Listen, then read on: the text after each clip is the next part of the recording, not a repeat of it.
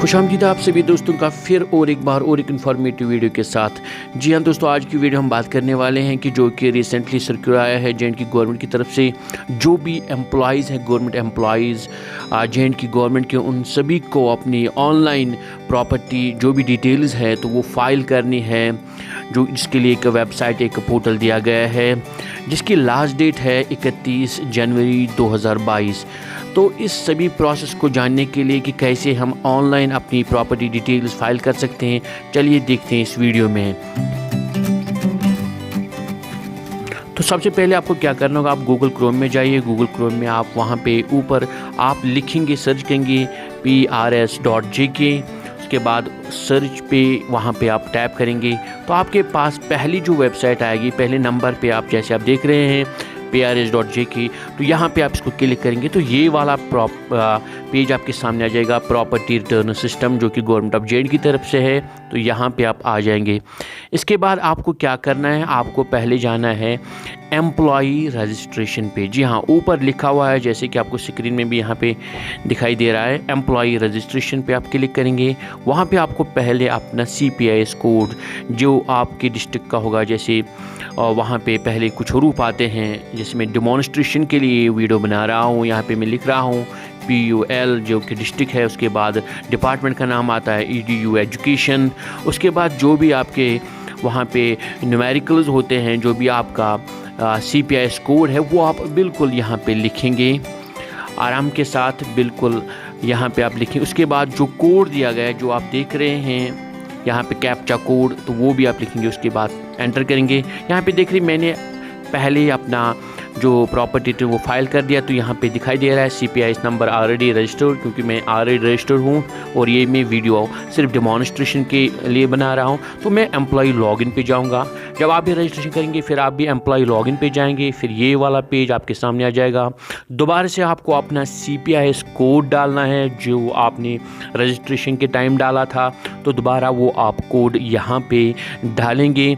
उसके बाद जो वहाँ पे रजिस्ट्रेशन टाइम आपने एक पासवर्ड भी वहाँ पे बनाया होगा, क्योंकि एक OTP आता है रजिस्ट्रेशन के टाइम, आपके मोबाइल फ़ोन पे एक OTP आता है, वो आपको एंटर करना होता है। फिर आप एक पासवर्ड रखते हैं, तो वो पासवर्ड आप यहाँ पे रखेंगे और फिर दोबारा से नीचे कैप्चा कोड जो है वो जो ब्लू कलर के दिखाई दे रहा है, ये आपको दोबारा एंटर करना होगा। और फिर नीचे जो दिया गया है लॉगिन, तो लॉगिन पे आप यहाँ पे टैप करेंगे, इसको दबाएंगे। दोबारा से आपके रजिस्टर्ड फ़ोन नंबर पे एक OTP आएगा, वन टाइम पासवर्ड, जिसको आप यहाँ पे देखेंगे।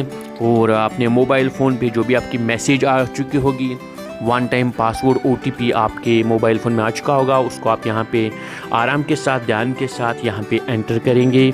उसके बाद आप नेक्स्ट पे जाएंगे तो देखिए यहाँ पे ये वाला पेज आपके सामने आ जाएगा। अब आप लॉगिन हो चुके हैं। जो ऑनलाइन पोर्टल है जे.एंड.के गवर्नमेंट की तरफ से तमाम एम्प्लॉयज़ के लिए, चाहे आप किसी भी डिपार्टमेंट के वाबिस्ता है, तो आपको ये प्रॉपर्टी डिटेल्स फाइल करनी है ऑनलाइन।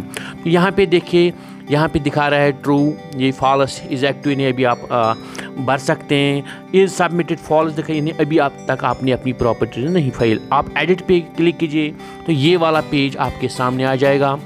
तो ऑलरेडी कुछ एक दो डिटेल आ चुकी होंगी CPIS नंबर के जो आपने फिल किया उसी हिसाब से। तो आपका नाम भी यहाँ पे आ चुका होगा, डिजिग्नेशन भी आ चुकी होगी यहाँ पे। पहले आप अपना पहले नंबर पे है डिपार्टमेंट को चूज।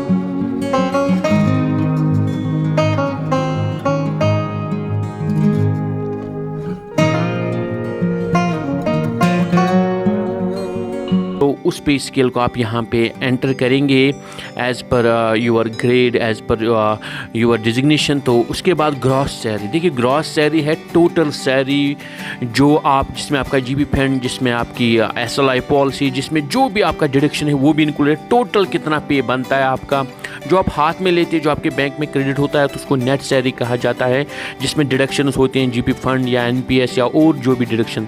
आपको ग्रॉस लिखना है, टोटल पे कितना बनता है आपका वो आपको यहाँ पे लिखना है।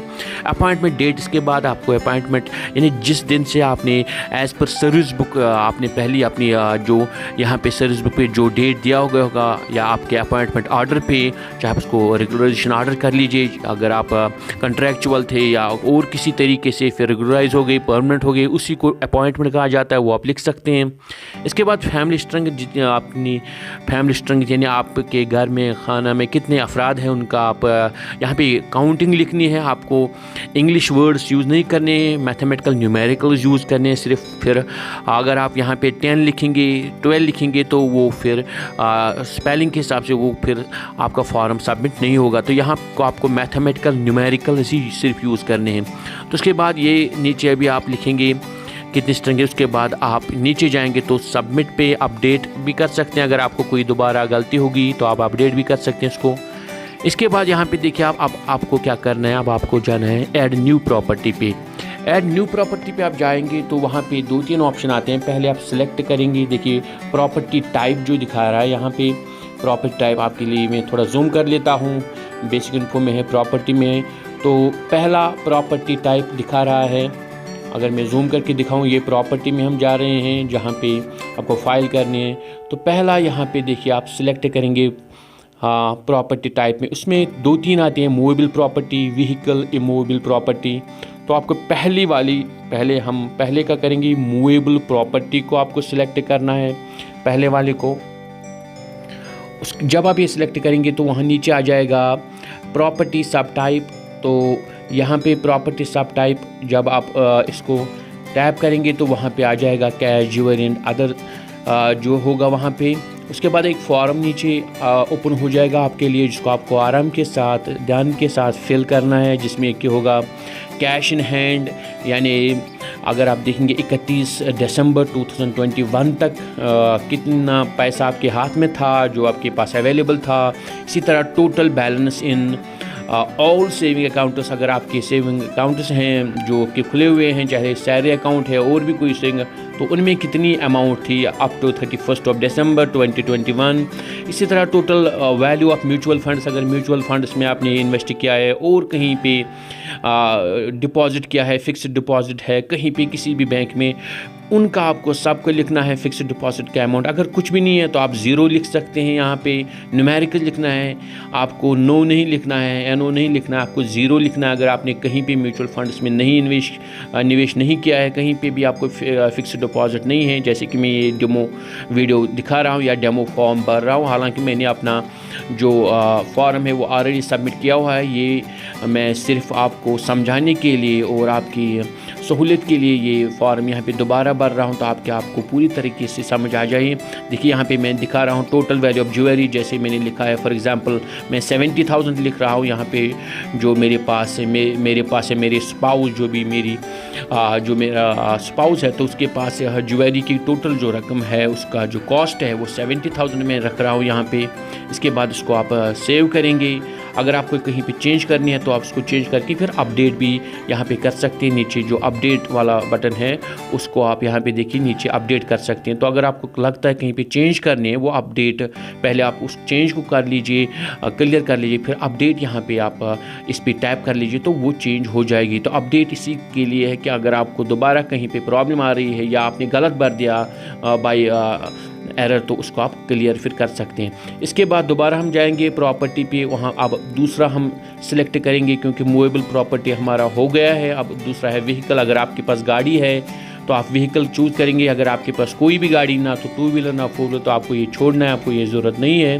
तो जिसके पास गाड़ी है, तो क्योंकि हम सभी के लिए ये बना रहे हैं डेमो वीडियो, जिनके पास गाड़ी होगी तो उनके लिए हम ये फॉर्म फिल कर देंगे। तो यहाँ पे प्रॉपर्टी सब डिटेल में आप व्हीकल लिखेंगे, टाइप ऑफ व्हीकल, जैसे कि 2 व्हीलर है या 4 व्हीलर है तो आप 4 व्हीलर यहाँ पे अगर वो गाड़ी है तो आप 4 व्हीलर लिख सकते हैं। हालांकि यहाँ पे आप नाम भी लिख सकते हैं गाड़ी का, कार भी लिख सकते हैं, जो भी आपके पास वो है तो वो आप लिख सकते हैं। उसके बाद डिस्क्रिप्शन ऑफ व्हीकल आप डिस्क्राइब कर सकते हैं। जैसे कि मारुति, मैं यहाँ पे एक डेमो के लिए बना रहा हूँ, मैं लिख रहा हूँ मारुति स्विफ्ट लिखेंगे, तो किसी के पास मारुति कार होगी दूसरी तो वो आप लिखिएगा, या हुंडई की कोई कार होगी, जो भी कोई कंपनी होगी उसका मॉडल वहाँ पे आप लिख सकते हैं।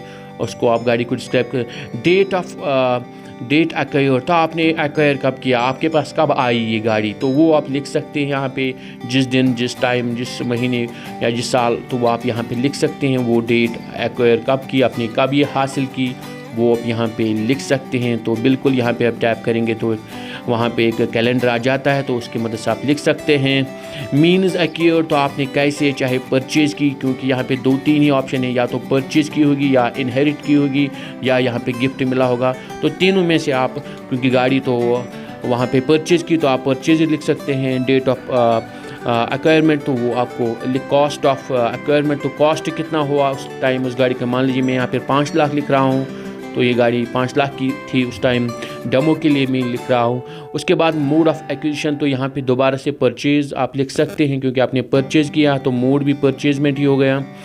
तो आगे जाएंगे डेट ऑफ एक्विजिशन, तो वो डेट ऑफ एक्वायरमेंट ही आप लिख सकते हैं, उसी दिन आपने एक्वायर की, जिस दिन आपने इसको ख़रीदा, तो वो डेट यहाँ पे आप दोबारा से डाल सकते हैं। जो ऊपर आपने डेट डाला, जब जो आपने लिखा डेट एक्वायर्ड, तो वो डेट ऑफ अक्वाइंटेंस एक्विजिशन भी लिख सकते हैं। इसके बाद नेक्स्ट जो आता है हमारा फ्रॉम होम एक्वायर्ड, तो अगर आपने कंपनी से तो वहाँ कंपनी लिखा, अगर कोई किसी दूसरे से जो उसका ऑनर था तो ऑनर आप लिख सकते हैं। मान लीजिए यहाँ पे आपने किसी दूसरे से गाड़ी खरीदी, तो आप यहाँ पे उसका ऑनर लिख सकते हैं, फ्रॉम होम एक्वायर्ड, तो आप ऑनर भी लिख सकते हैं। वरना आप मैन्युफैक्चरर कंपनी भी लिख सकते हैं, जहाँ से आपने एक्वायर्ड की, या ऑथोराइज्ड डीलर भी लिख सकते हैं ऑफ द कंपनी, जो भी आप यहाँ पे लिखना चाहिए, जो अकॉर्डिंग टू डॉक्यूमेंट जो होगा वो आप यहाँ पे लिख सकते हैं, तो वो ठीक रहेगा, तीनों ठीक रहेंगे। आप ऑनर लिख लीजिए, आप कंपनी, मैन्युफैक्चरर कंपनी लिख लीजिए, आप ऑथराइज्ड डीलर लिख लीजिए, तो वो तीनों ठीक यहाँ पे रहेंगे।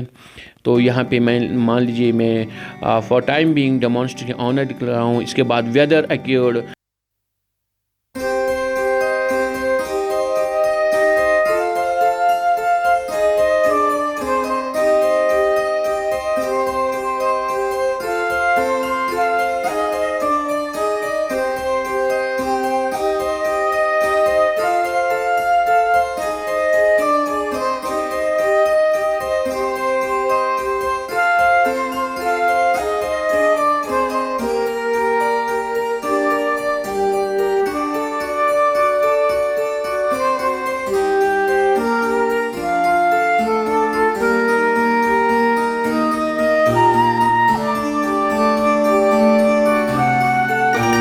आउटलेट से ख़रीदी है गाड़ी, तो वहाँ पे NA नॉट एप्लीकेबल आएगा, कोई रिलेशन नहीं है आपके उसके साथ।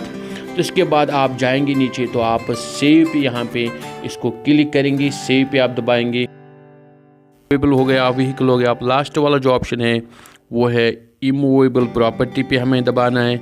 ये चूज़ करके आपके पास दोबारा से सब कैटेगरी आ जाएगी, प्रॉपर्टी सब टाइप, तो यहाँ पे आपको आपके पास आ जाएगा एक फॉर्म, आप इस पर क्लिक करेंगे तो दोबारा से और एक फॉर्म वहाँ पे आपके सामने आपकी स्क्रीन पे आ जाएगा, जिसको आपको यहाँ पे दोबारा से फिल करना है, जैसे आपने पिछली बार किया, पिछले 2 प्रॉपर्टी की। तो यहाँ पे आप देख रहे हैं आपके पास एक इन्फॉर्मेशन आ रही है, एक फॉर्म आ रहा है जिसको आपको फिल करना है। पहले आपको तो यहाँ पे स्टेट लिखनी है, जो भी आपकी स्टेट है, जैसे कि जम्मू एंड कश्मीर, तो वो आप आराम के साथ लिखेंगे यहाँ पे जम्मू एंड कश्मीर। इसके बाद दोबारा जो है वो है डिस्ट्रिक्ट, आपको यहाँ पे लिखना है डिस्ट्रिक्ट, आपने डिस्ट्रिक्ट का नाम जहाँ पे आप रहते हैं तो वो आप लिखेंगे, आप फिल करेंगे अपने डिस्ट्रिक्ट का नाम यहाँ पे। जैसे कि मैं एक डेमो यहाँ पे फिल कर रहा हूँ, डेमो बना रहा हूँ, तो मैं यहाँ पे एक डिस्ट्रिक्ट का, अपने डिस्ट्रिक्ट का नाम लिख रहा हूँ। उसके बाद तहसील का अपने नाम लिखेंगे, जो भी आप तहसील जिसमें आप आते हैं, जिस तहसील में आप रहते हैं, तो उसके बाद विलेज का नाम, फिर कंप्लीट एड्रेस, अगर वहाँ पे आप हाउस नंबर या मोहल्ला भी लिखें तो वो भी आप लिख सकते हैं। यहाँ पे जो लास्ट लाइन है यहाँ पे कंप्लीट एड्रेस दिखाई दे रहा है, तो वहाँ पे आप अपना कंप्लीट एड्रेस डाल सकते हैं। उसके बाद नीचे सिटी दिखा रहा है तो आप सिटी का नाम लिख लीजिए, वहाँ पे श्रीनगर आ रहा है या जो और कोई सिटी है जम्मू एंड अदर सिटी तो वो आप लिख सकते हैं। इसके बाद पिन कोड जो अपने एरिया का पिन कोड होगा वो आप यहाँ पे डाल दीजिए, जैसे मैं यहाँ पे डाल रहा हूँ अपना पिन कोड अपने एरिया का।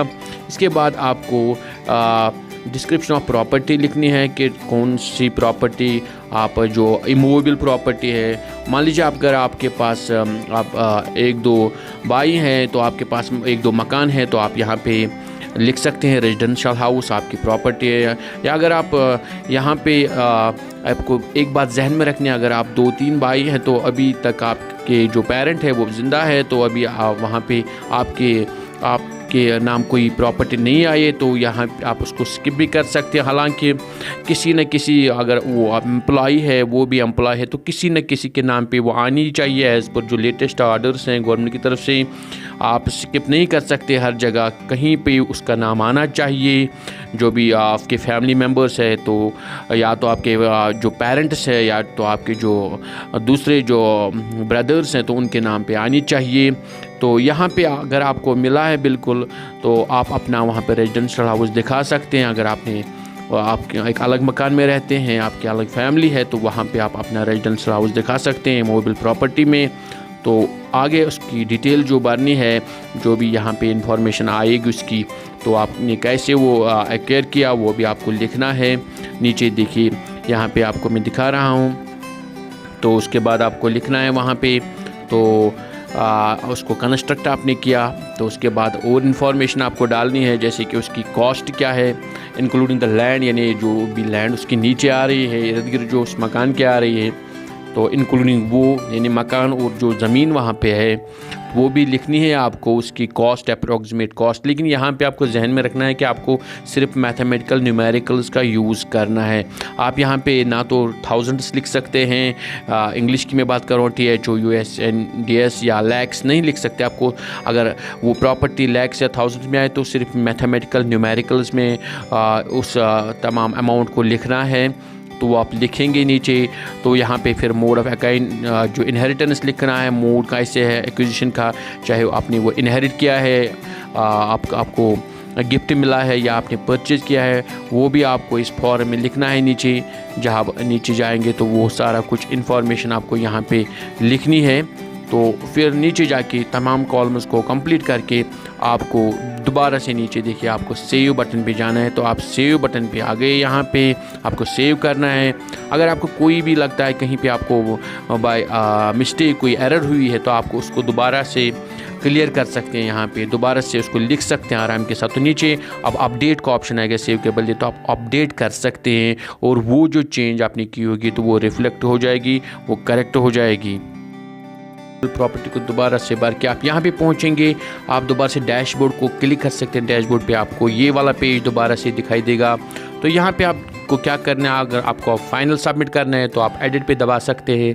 आप दोबारा से पहला पेज आपके सामने आ जाएगा, आप नेक्स्ट लिख लीजिए और देखिए यहाँ पे आ चुका है कि तीनों फॉर्म्स आपने भर चुके हैं। आपने मूवेबल प्रॉपर्टी भरी हुई है, उसमें भी डिटेल्स आपने फिल की हुई है। यहाँ पे फिर व्हीकल भी आ रहा है, उसके बाद लास्ट में इमूवेबल प्रॉपर्टी भी आ रहा है। तो अगर आपको यहाँ पे भी, क्योंकि आप फाइनल सबमिट आपको यहाँ पे करना है, अगर आपको लगता है कि आपको कहीं पे चेंज करनी है तो वहाँ पे एडिट का ऑप्शन दिखा रहा है ब्लू कलर से, आप एडिट दोबारा से कर सकते हैं किसी भी फॉर्म को, किसी भी इंफॉर्मेशन को। या अगर आपको डिलीट करना है तो डिलीट का ऑप्शन भी दिया गया है, वो भी आप कर सकते हैं यहाँ पे। तो इसके बाद यहाँ पे नीचे दिखा रहा है सबमिट, तो आपको सबमिट का बटन यहाँ पे प्रेस करना होगा, तो ये फॉर्म सबमिट हो जाएगा। यहाँ पे फॉर्म पे क्लिक करेंगे, ये वाली इन्फॉर्मेशन आपके सामने आ जाएगी। तो देख लीजिए यहाँ पे आप एक सर्टिफिकेट भी यहाँ पे आपसे मांग रहा है, यहाँ पे डिक्लेरेशन आपको देनी है। तो आप पढ़ लेंगे कि जो भी मैंने इन्फॉर्मेशन भरी है वो बिल्कुल सच्ची है और आप अबाइड करते हैं रूल से। और किसी भी जो भी फैमिली मेम्बर है, जो भी आपके फैमिली मेम्बर है, चाहे किसी भी सर्विस में है, तो उसके नाम पे और कोई गलत इन्फॉर्मेशन मैंने नहीं भरी है। उसके बाद आप फाइनल सबमिट कर सकते हैं। यहाँ देखिए यहाँ पे इज़ सबमिटेड ट्रू आ गया, यानी आपने अपनी फाइनल जो फॉर्म है वो भर दिया है। उसके बाद डाउनलोड आप कर सकते हैं अपनी जो भी आपने प्रॉपर्टी डिटेल्स भरी है उसका एक ये दिखली फॉर्म आपके पास आ चुका है, और आप फॉर्म को प्रिंट भी कर सकते हैं for future reference. Subscribe and press the bell icon and don't forget to share.